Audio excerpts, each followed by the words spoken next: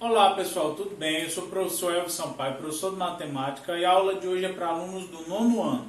É uma aula sobre discriminante e relações de Hierarquia, certo? A gente começa falando de discriminante. O que é o discriminante? A gente já viu, na verdade, a gente só não deu o nome a ele. Então, o que é o discriminante? Discriminante é essa expressão aqui, ó, b ao quadrado menos 4ac, certo? Que a gente costuma chamar de quê?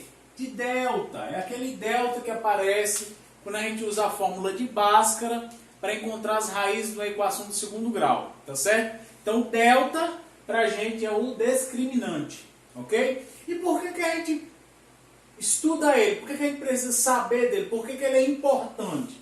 Porque o discriminante, quando a gente obtém o valor dele, só com aquele valor dele, né, sem continuar a equação do segundo grau, né, sem continuar a fórmula de Bhaskara, né, a gente já tem noção se a gente vai ter duas raízes, né, a equação do segundo grau vai possuir duas raízes reais e diferentes, se ela vai possuir duas raízes reais iguais, né, um único valor, né, ou se não vai possuir raízes reais. Tá certo? E como é que a gente sabe disso?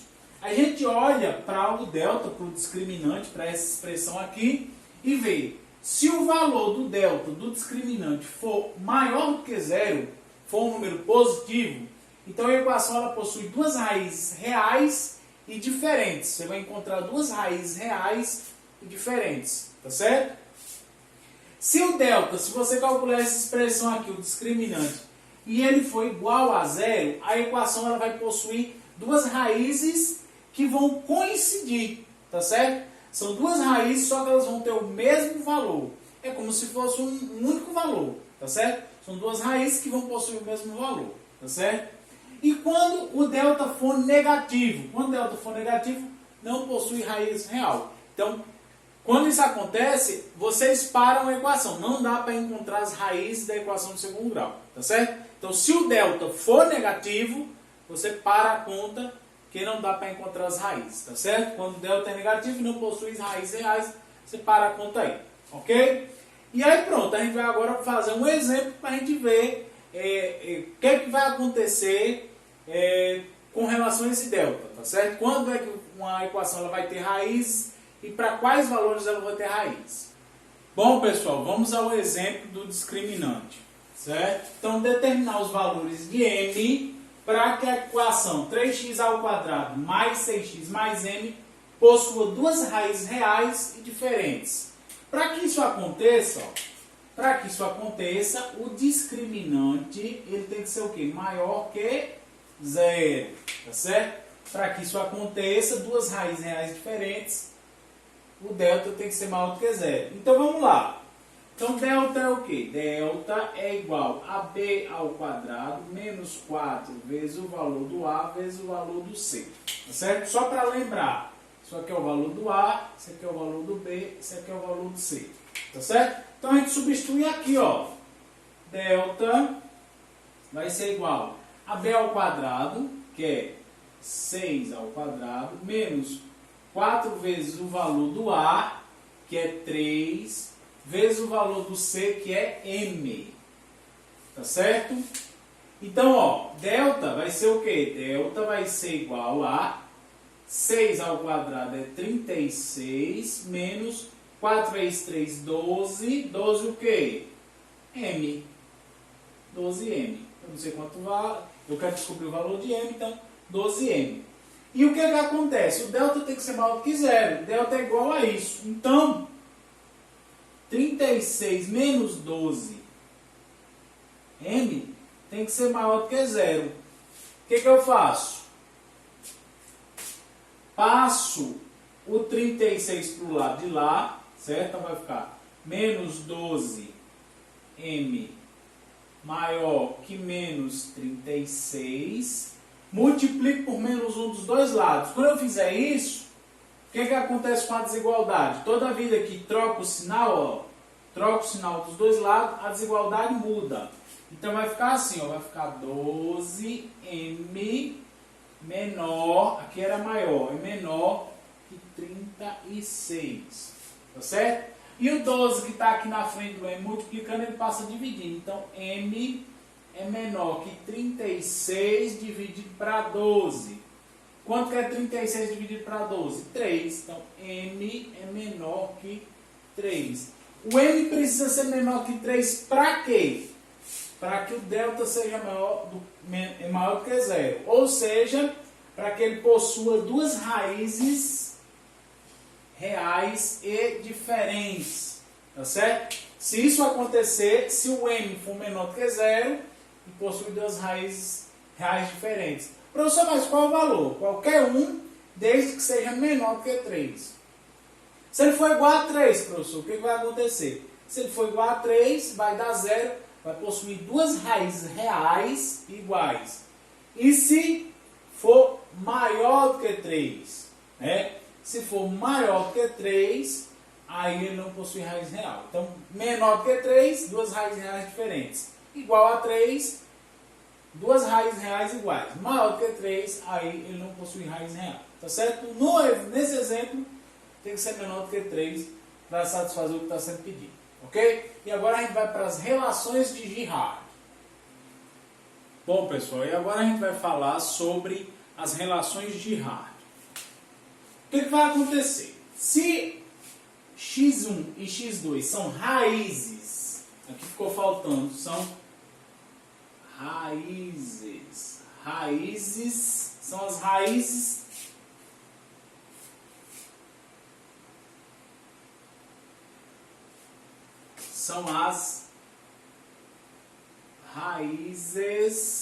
da equação do segundo grau. ax ao quadrado mais bx mais c. Com a diferente de zero, a nunca pode ser zero. Aí a gente tem as seguintes relações, que são as relações de Girard, para as raízes.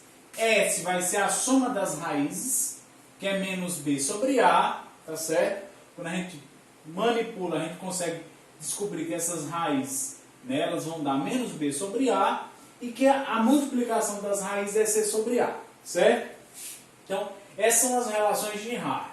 A soma das raízes é menos b sobre a, b é o coeficiente de x, e a é o coeficiente de x ao quadrado, e a multiplicação das raízes é c sobre a, c sobre a. O que vai acontecer? Se você tiver uma equação de segundo grau, você pode escrever ela, certo? De modo que ela apareça, né, se ela estiver nesse formato, ela possa ser reescrita de modo que apareça nessa equação de segundo grau as relações de Girard, tá certo? O que você precisa? Se tiver aqui um termo, né, o coeficiente do x ao quadrado, é só você dividir toda a equação de segundo grau por esse a. E aí quando você faz isso, né, o a dividido por a vai dar 1, não precisa colocar, e o termo de x a gente escreve usando a relação de Girard, né, que vai ser, no caso, menos S. O S é menos B sobre A. Aqui, quando você dividir, vai aparecer o menos S e o termo independente aqui vai ser o nosso C sobre A. Tá certo? Isso daí dá uma maneira mais simples de encontrar as raízes sem resolver a equação de segundo grau. Se você conseguir perceber, certo, dois números que satisfaçam essas duas relações aqui, você nem precisa resolver a equação de segundo grau. Como assim, professor? Dois números que a soma dá esse número que está aqui, né? Dá menos esse valor que aparece aqui, e que a multiplicação deles dá esse termo independente. Tá certo? Vai ficar mais claro com o exemplo que a gente vai fazer agora. Bom, pessoal, vamos ao exemplo, né, para a gente verificar como é que funcionam as relações de Girard. Então, ó, eu coloquei elas aqui do lado para auxiliar a gente e coloquei um exemplo. Encontre as raízes da equação de segundo grau, essa equação aqui, sem usar Bhaskara. Tá certo? Professor, mas a gente aprendeu o Bhaskara para encontrar, mas a gente consegue encontrar sem usar a Bhaskara. Tá certo? Então, a primeira coisa, ó, é escrever nesse formato que é a equação de segundo grau. Ela está no formato ax ao quadrado mais bx mais c. Tá certo? Isso aqui é o nosso a, é o nosso b, isso aqui é o nosso c. Então vamos escrever nesse formato aqui, ó. Então eu vou dividir todo mundo pelo A. Quem é o A? É o 2. Então vai ficar, ó, 2x elevado a 2 dividido para 2, mais 10x dividido para 2, mais 12 dividido para 2 igual a 0 dividido para 2. Aqui vai ficar x elevado a 2 mais 5x mais 6 igual a 0. Dividir todo mundo para 2. O que vai acontecer? Ela, quando ela fica assim, ela está nesse formato aqui, ó. Tá certo? Ela, quando ela está assim, eu dividi todo mundo por A. Tá certo? Ó, aqui agora ficou sem esse número 2 na frente. E ela está assim, nesse formato. E agora, significa o quê? Significa que o 5, né, ele é igual a menos S. Tá certo? Ou, você pode botar assim, ó. O menos 5 é igual a S. Tá certo? Do jeito que ele está aqui, ó, menos S é igual a 5 positivo, né? Menos S é igual a 5, ou S é igual a menos 5, tá certo? Eu troco o sinal, ok? Então, menos S é igual a 5, ou S é igual a menos 5. E o P vale quanto? O P vale 6, ok? E agora, o que vai acontecer? Quais são os números que quando eu juntar, tá certo? Quando eu juntar, ó, quais são os números que quando eu somar, dá menos 5 e quando eu fazer a multiplicação dá 6, né? Vamos pensar um pouquinho. Quando eu juntar dois números, dá um valor negativo, né? Então você começa a desconfiar que algum deles é negativo, porque se eu estou juntando e está dando negativo, algum deles é negativo. Só que você tem que lembrar o seguinte, a multiplicação deles está dando um valor o quê? Está dando um valor positivo. E se você tem uma multiplicação de números negativos, né, de dois números, que tem algum número negativo e a multiplicação dá um valor positivo, então você vai ter que ter os dois números sendo negativos. Por quê? Porque se fosse um negativo só, a soma provavelmente ia dar um número negativo, só que a multiplicação também, se for só um número negativo. Mas como aqui a junção dos dois está dando um número negativo e a multiplicação está dando um número positivo, então você pensa, opa, peraí, isso acontece quando? Quando os dois números são o quê? Negativos. E aí pronto. Qual é o número que quando eu juntar dá menos 5, dois números negativos quando eu juntar, dá menos 5 e multiplicar dá 6. Pensa aí, ó, se fosse menos 1 e 4, dá menos 5. Só que a multiplicação dá 6? Não, a multiplicação dá 4. Se fosse 2 e 3, ó, menos 2 e menos 3, dá menos 5. E quando eu multiplicar menos 2 e menos 3, dá o quê? Dá 6. Então, só de olhar você consegue resolver, certo? x1 é igual a menos 2 e x2 igual a menos 3. Professor, como? Menos 2 e menos 3. Quando você juntar os dois, dá quanto? Menos 5. Beleza, você satisfez a primeira lei. Quando eu multiplicar menos 2 e menos 3, dá quanto? Menos com menos dá mais, 2 vezes 3 dá 6. Tá certo? Então você começa a desconfiar que tem um número negativo, porque aqui dá um número negativo. Certo? E você confirma a sua intuição de que os dois, né, não só um, mas os dois são positivos quando a multiplicação dá o quê? Dá um número positivo. Né? Porque se fosse só um número negativo, aí o P aqui ia dar um número negativo. Como deu positivo, são os dois negativos. Então, quais são as raízes aí? Menos 2 e menos 3. Tá certo? Que satisfaz essa condição e essa daqui. Ok?